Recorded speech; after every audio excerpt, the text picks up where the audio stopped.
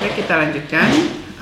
Hal yang paling penting yang harus Anda ketahui di dalam pembuatan perjanjian internasional itu adalah kita mengenal mengenai prinsip-prinsip fundamental di dalam perjanjian internasional. Yaitu yang pertama adalah prinsip kedaulatan hukum nasional.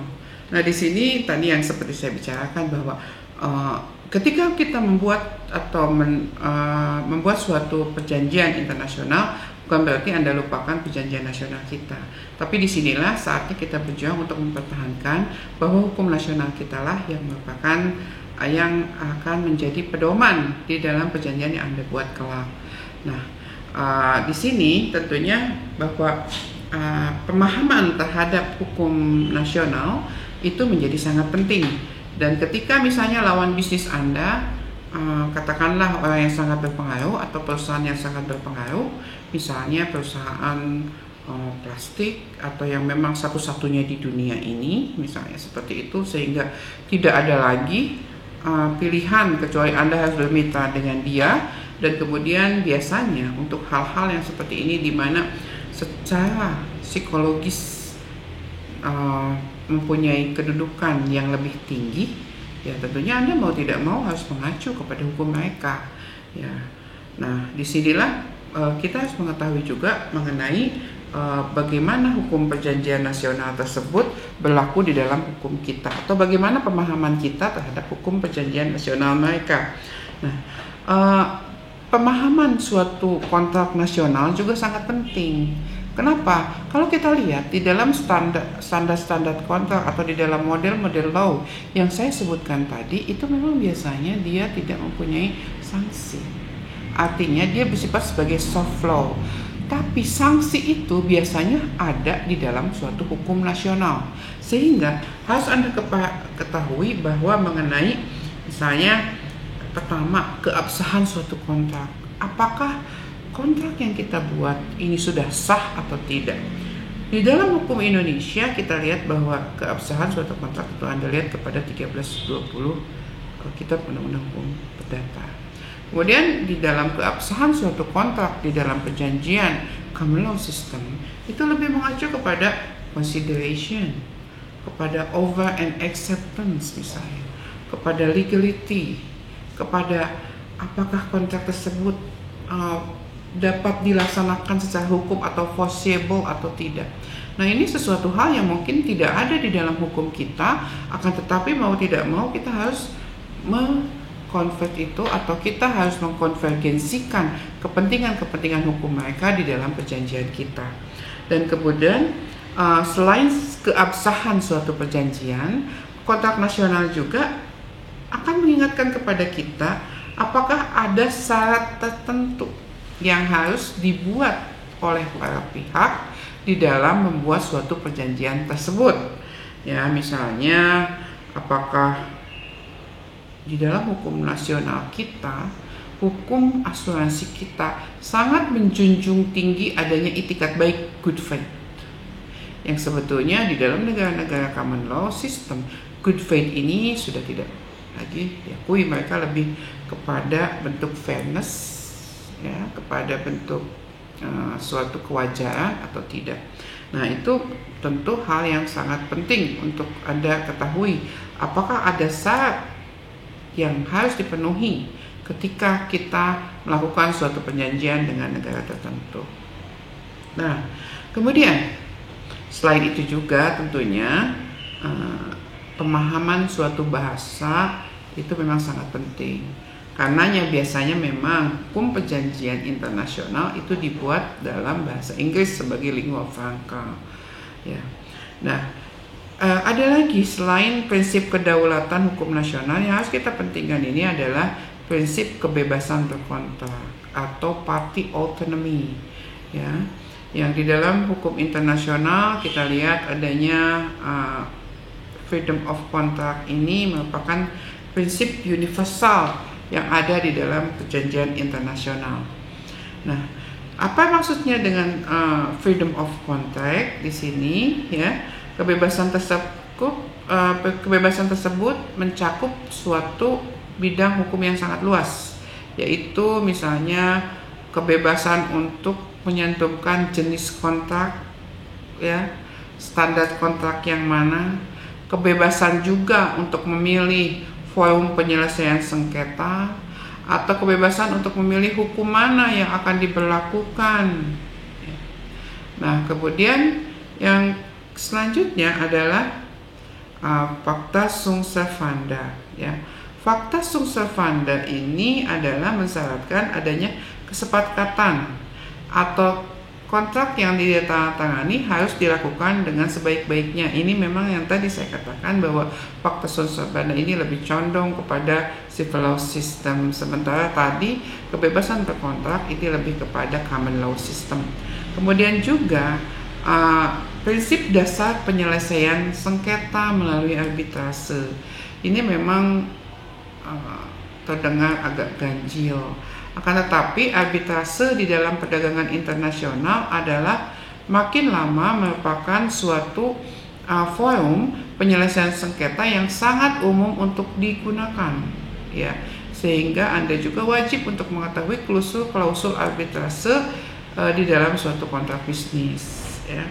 Nah, kemudian kalau menurut Pahlawan Adolf, ya, di dalam bukunya ada lagi bahwa prinsip dasar ini adalah kebebasan komunikasi, ya.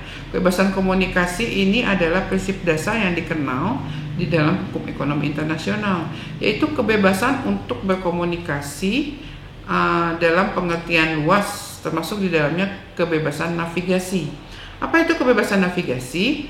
Kebebasan navigasi ini adalah kebebasan para pihak untuk berkomunikasi dengan pihak siapapun dengan berbagai sarana navigasi atau komunikasi, baik di darat, laut, dan udara, atau melalui elektronik. Tentunya sekarang memang zaman sudah kepada disrupsi elektronik, maka dia pasti akan lebih dicantumkan mengenai bagaimana kelayakan seseorang untuk melakukan komunikasi perjanjian tersebut dengan memakai sarana elektronik, ya.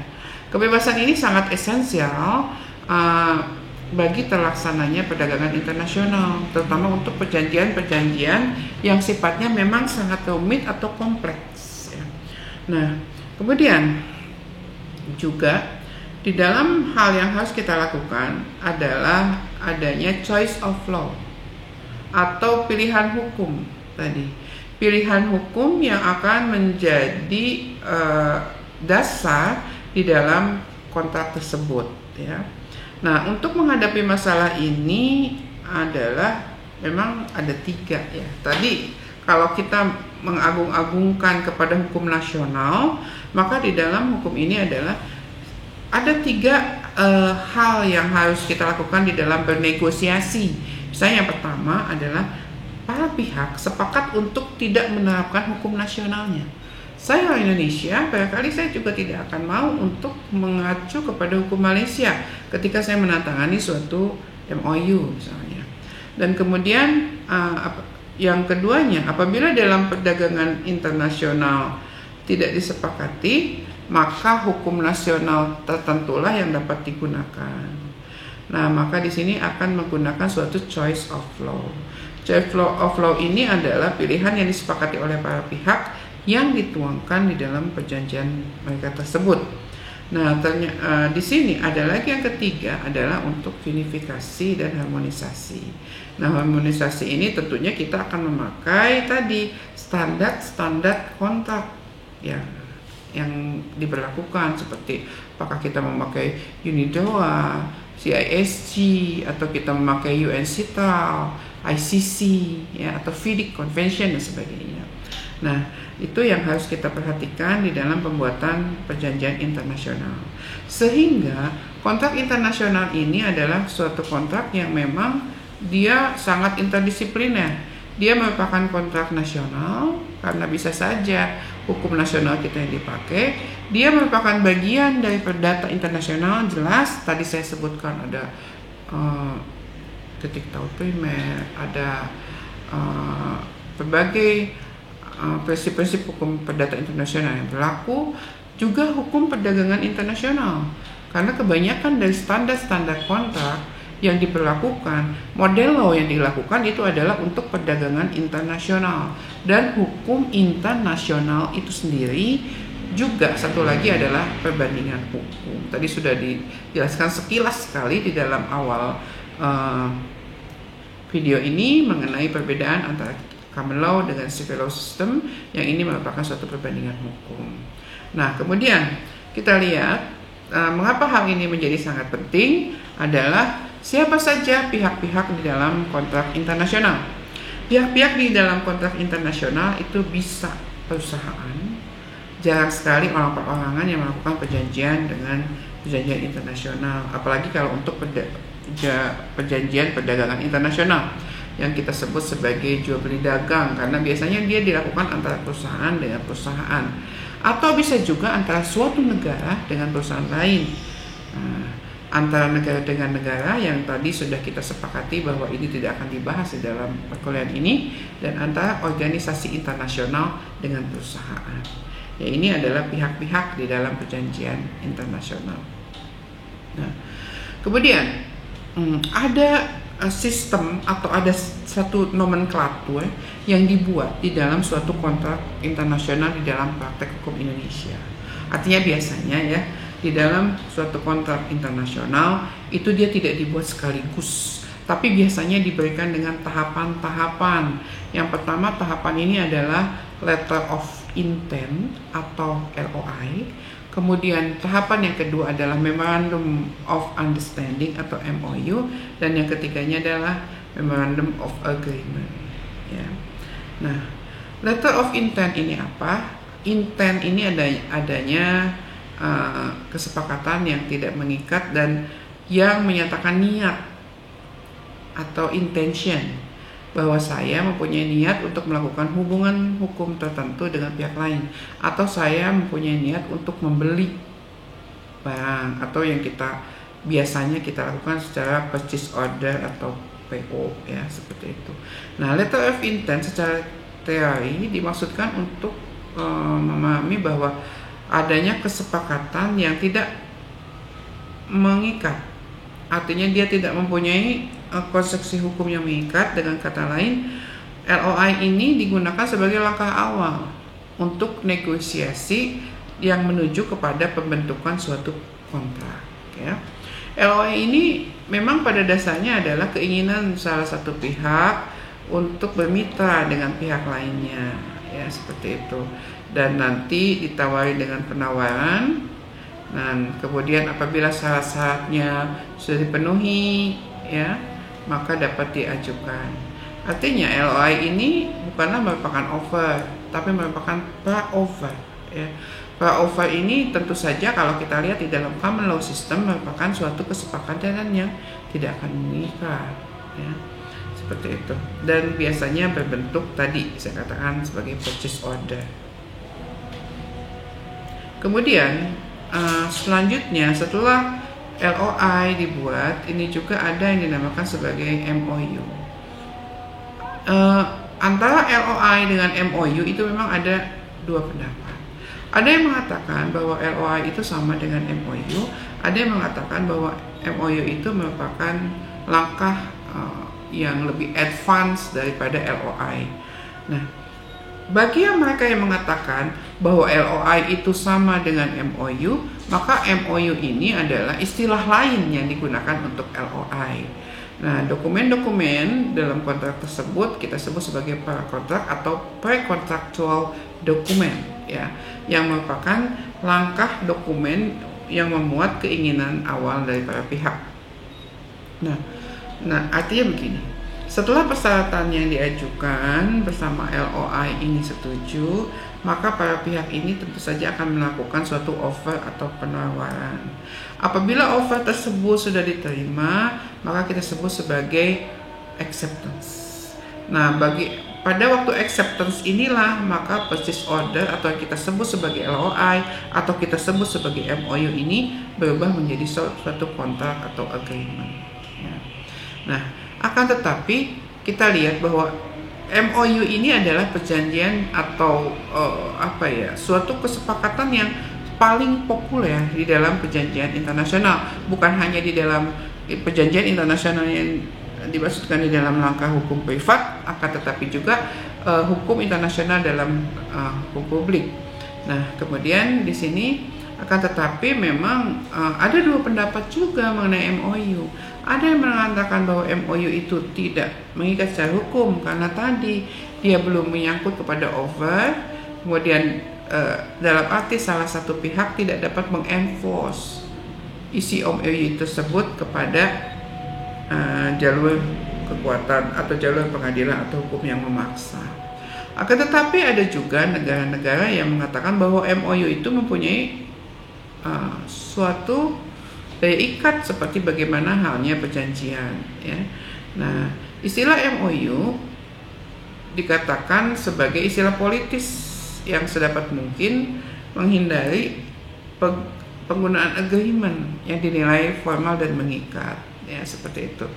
Tapi saat ini terjadi perubahan bahwa MOU ini biasanya tidak berubah dengan agreement. Perbedaannya itu adalah pada waktu memulainya, sehingga MOU dapat berlaku sejak tanggal penandatanganan, sehingga tidak memerlukan lagi baju hukum nasional lebih dahulu sebelum pemberlakuan, ya. Nah, kemudian di dalam bahasa Indonesia ada lagi, selain merupakan peningkatan dari MOU itu adalah perjanjian itu sendiri atau kita sebut sebagai MOA atau Memorandum of Agreement. Memorandum of Agreement di sini adalah peningkatan dari naskah kesepahaman yang dia berisi detail daripada MOU. Nah, kemudian di sini kita lihat, ya, bahwa klausul-klausul apa saja yang biasanya ada di dalam suatu MOU. Biasanya MOU ini terdiri dari sederhana saja, dia ada kepala, dia ada komparisi, ada premis, ada isi MOU, dan kemudian penutup. Nah, kalau isi MOU sudah ini ada perjanjian yang ada esensialianya, tambahan dan wajibnya, tentu saja kita akan bisa asumsikan bahwa MOU ini sudah mengikat. Karena biasanya kalau MOU yang tidak mengikat atau kita sebut sebagai letter of intent itu biasanya tidak akan mengacu hal-hal yang sifatnya wajib, hal-hal yang sifatnya hak dan kewajiban, ya, seperti itu. Nah, jadi di sini misalnya kita lihat kepada contoh MOU di sini, ya. Di dalam contoh di sini hanya standar saja, ya, sangat sederhana. Dia ada judul Memorandum of Understanding, kemudian juga para pihaknya siapa, ini yang terdiri dari para akta, ya, seperti itu.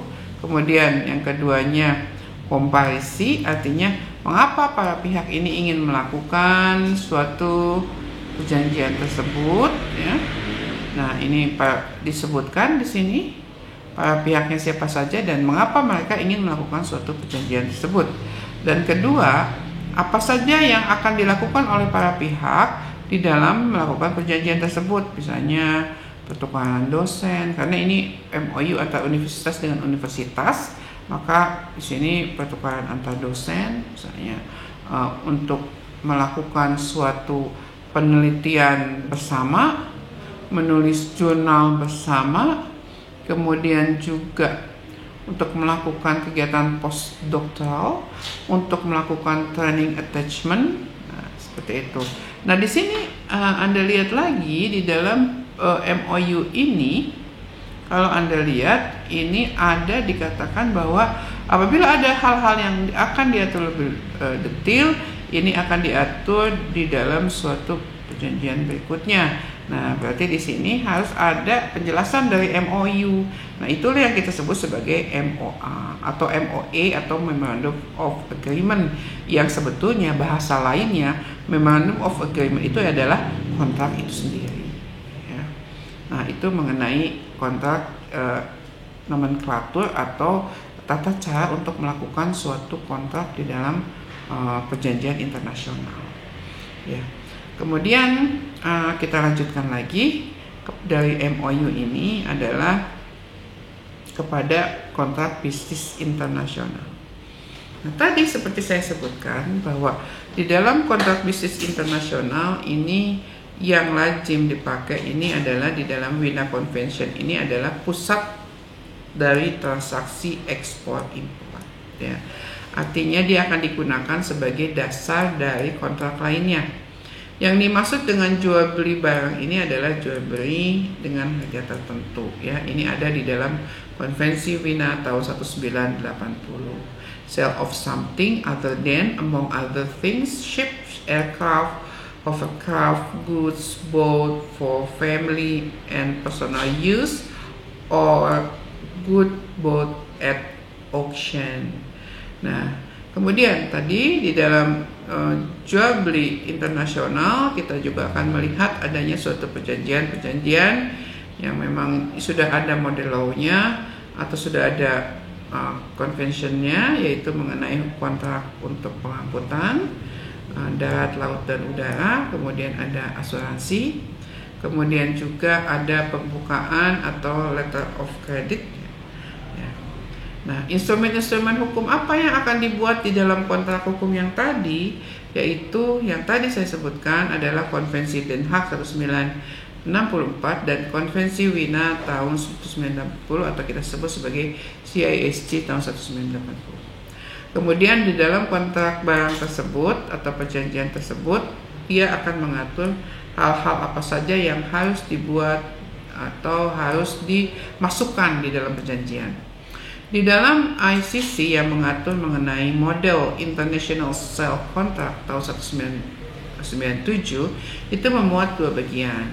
Yang pertama mengenai specific condition, yang kedua mengenai general condition. Specific condition ini adalah ketentuan-ketentuan yang khusus digunakan untuk jual beli barang. Misalnya mengenai tata cara pembayaran, mengenai bagaimana untuk penyerahan barangnya, kemudian bagaimana spesifikasinya dan sebagainya. Sementara kalau general condition ini adalah klausul-klausul yang baku yang memang harus ada di dalam suatu perjanjian. Misalnya bagaimana tentang apabila terjadi breach atau prestasi, kemudian juga misalnya apa yang harus dilakukan ketika terjadi force majeure, kemudian juga apa yang harus dilakukan terhadap pilihan hukumnya dan sebagainya. Jadi ini hanya dua saja, yaitu specific dan general condition. Nah, kemudian ini klausul-klausul yang ada di dalam hal tersebut, maka kita akan bagi dua, ya. Dimana yang spesifik ini adalah tentang judul, tanggal, dan identitas para pihak. Nanti akan saya jelaskan di dalam video berikutnya, ya, mengenai tanggal, judul, identitas para pihak. Artinya memang cukup sederhana, ya, karena ini hanya mengenai perjanjian jual beli barang. Kemudian deskripsi mengenai barang dan harga. Jadi spesifikasinya seperti apa, dan biasanya apabila barang tersebut memang mengangkut mengenai masalah-masalah yang lebih kompleks, dia akan biasanya dibuat dalam satu appendix atau yang kita sebut sebagai lampiran.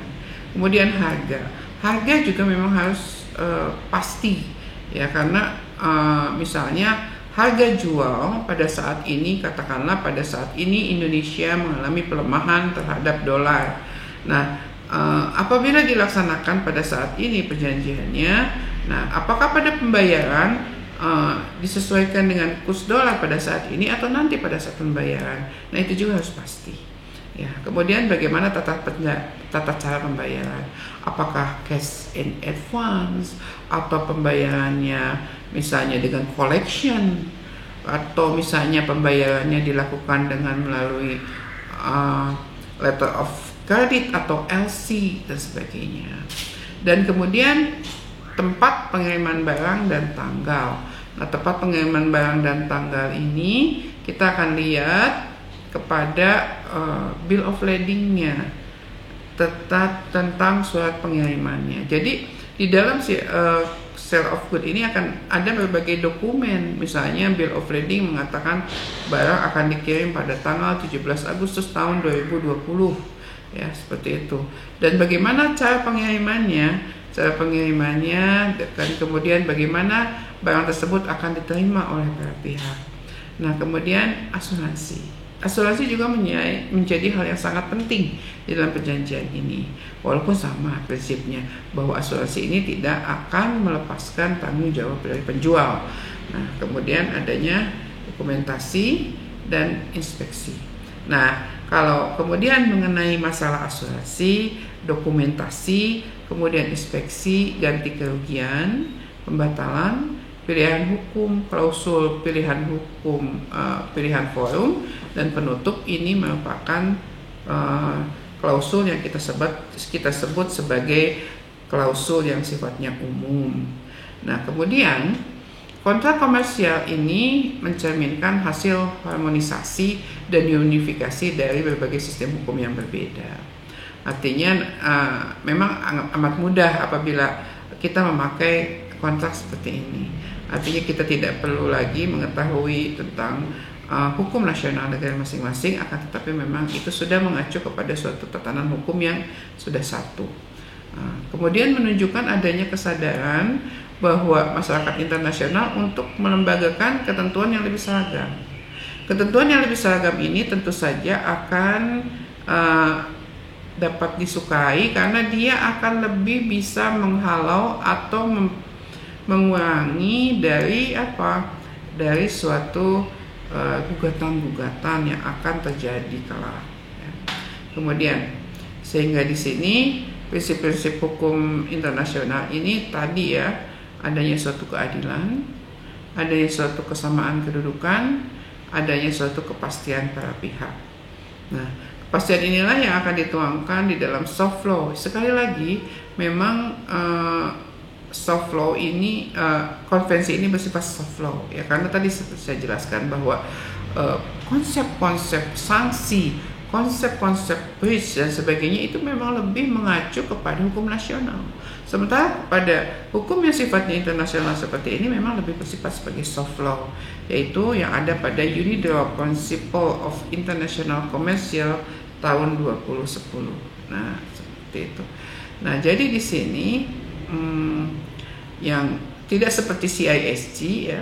Di sini Cina, Rusia, bahkan Amerika Serikat telah menjadi anggota dari Unilateral of International Commercial Contract tersebut ya. Sehingga artinya keanggotaannya lebih banyak daripada CISG. Nah, prinsip-prinsip kontrak internasional ini dapat dijadikan sebagai pedoman bagi berbagai bidang transaksi internasional lainnya, seperti di dalam jual beli barang, transaksi jasa, dan termasuk transaksi pengangkutan dan keuangan. Karena tadi seperti saya jelaskan, apa bedanya CISG dengan Unilateral? Kalau CISG ini dia hanya menyangkut mengenai masalah yang kita katakan sebagai jual beli tentang barang saja atau transaksi internasional dalam bidang perdagangan barang saja. Akan tetapi Unilateral Principle ini dia lebih luas. Dia lebih menyangkut mengenai hal-hal yang kita sebut sebagai transaksi barang, kemudian termasuk dalamnya jasa keuangan dan sebagainya, termasuk juga di dalam bidang finance. Seperti itu.